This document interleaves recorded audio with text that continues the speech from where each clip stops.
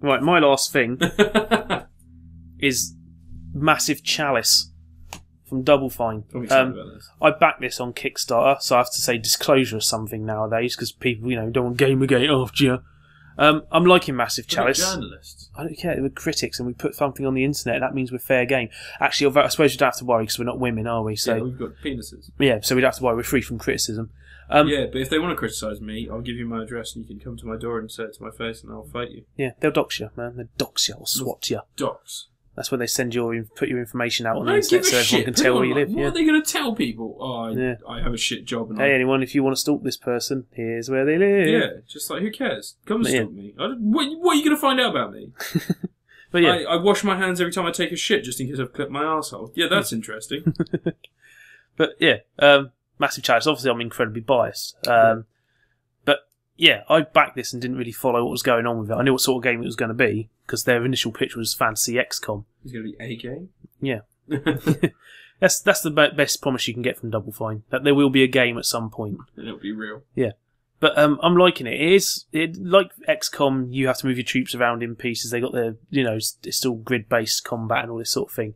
There's no cover system, unlike XCOM. And there's a couple of balancing issues with the different classes. There's only 3 classes right now, but they're going to have hybrid classes later, which will help you expand it. Okay. There's like a K-Bird Knight type class, whatever he's called, which is basically a character carries a massive, great big log and smacks things in the head. They're effectively your tanks. Okay. You got alchemists who are sort of mid-range. Yeah, they throw grenades most of the time. Okay. But I haven't leveled them up high enough to see what their other things are because my guys keep dying and there's permadeath. So it's not helping. So it's just like XCOM. Yeah. And you have rangers, they're hunters, who, as far as I can tell, are the most... They're balanced, but they're balanced in a way where they're better than the other characters right now because the other ones aren't quite there. So not balanced. Yeah. They're fine. They would be fine if the other characters were sorted out a little bit more. Okay. Yeah. Well, this is the early build. Yeah. It's on early access, but it's due to go full next year. But they gave me a beta key. I didn't pay for a beta key, but they gave everyone who paid $20 or more a beta key. So it was like, that's nice. Sweet. So I got early access to it. There's other things in there, like certain cat monsters are a bit of a pain. There's a monster type which is a long range attacking. He's like a tank. Yeah. He takes more than one turn to kill because every time you hit him the first time, he armors up, and everyone else can only hit him for 1 hit point each time. They come out with like 20 odd hit points. You're only doing 9 on a clean attack. Then you have a situation where this one is going to be a persistent pain for about 3 or 4 turns. And that's exasperated every time you get like 3 or 4 of them turning up at once. And your team of 5 suddenly gets wiped out. Yeah. Apparently, someone gave some feedback about that, and it's what I'm going to say now is that you have to be able to take them out in 1 turn in some way, or do something to stop them being a problem. Is it like a specific weakness that they have? No, literally, you hit them the first time, it will hurt them, and then they'll be armoured up for the rest of that turn. What I think would make it fair is if you hit them, it freezes them for their turn. So they armour up and they become like they're rooted to the ground or something. Okay. So they can't attack that turn. That way, if you've got a large group of them, your aim is to crowd control them rather than just endure. We could do it strategically. You could have a shield-based system for your team. So when you hit them, they shield up for the rest of that turn. If there were 3 of them in a fight, but you'd have one character that has a spell that could shield up your team.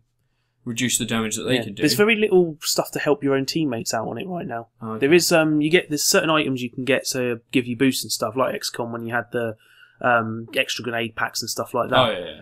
But there's no healer. Like there's no healer class in it. You just have healing potions. Which, to be honest, if the only purpose of healing would be to heal, then letting every character heal anyway is just fine. Yeah. But healer classes should be more than a healer. But if there's no like poison mechanic in the game, what's the point of having a healer to remove poison? There should be more protector class if they're going to have that sort of thing.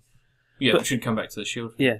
But it's all right so far. I'm really liking it. Some enemies I dread seeing, some I don't. The main gimmick of the game is the lineage system. The game's set over 300 years. It's a commitment then. Yeah.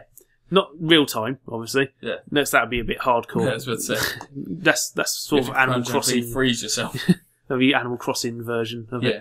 But you basically have a map, and there's like 9 regions, and there's a sort of corruption coming in from the outsides. Yeah. And every now and again it'll attack a place, and you have to defend. You have to choose between 2 places that get attacked. You have to choose which one you're going to defend. Okay. And the one you don't defend will become a little bit corrupted. When it's corrupted 3 times, you lose that region permanently. Okay, and what's the benefit of the regions? you keep them going. You can have keeps in there which are ruled by 2 regents, which is members of your army that you've put in command.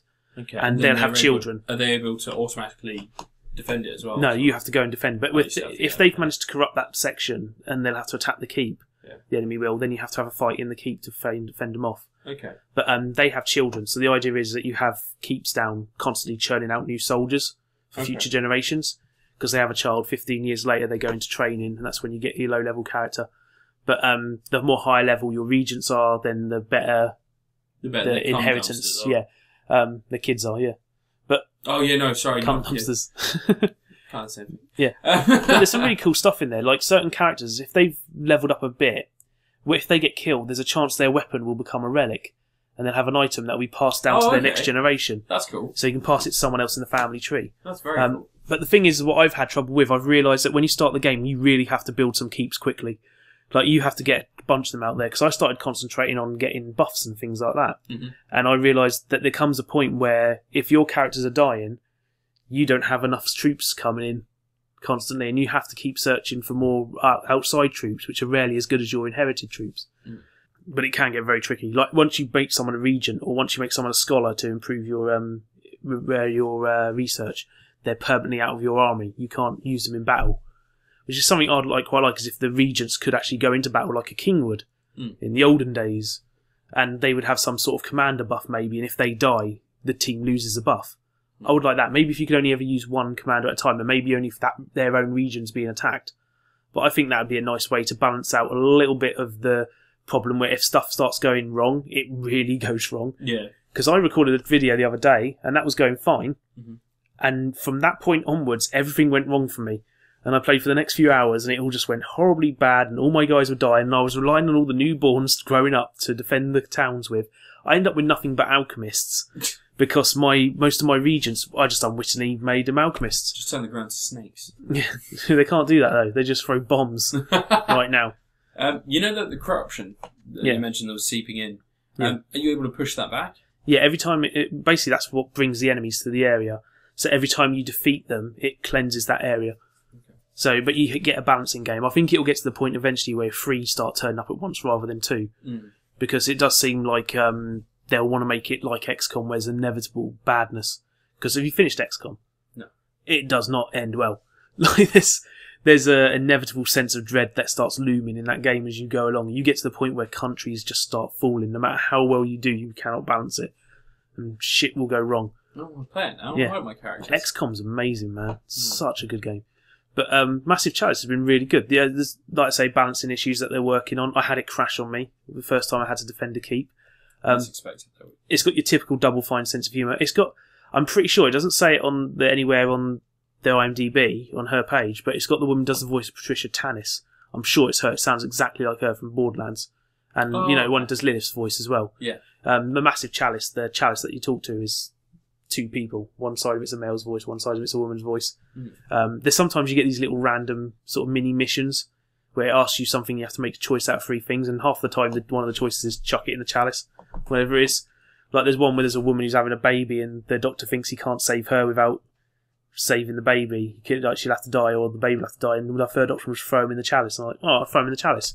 And they came out of it alright. So I saved the queen and I got a baby out of it, which is nice. That's a win. Yeah. But it's really good. I think it's going to be something that will be well worth people getting into. If you're a fan of XCOM, there's currently not a new XCOM game out. Of course I'm a fan of XCOM. I played the first 2 levels. Yeah, there's a new mod out from XCOM this week, isn't there? Apparently.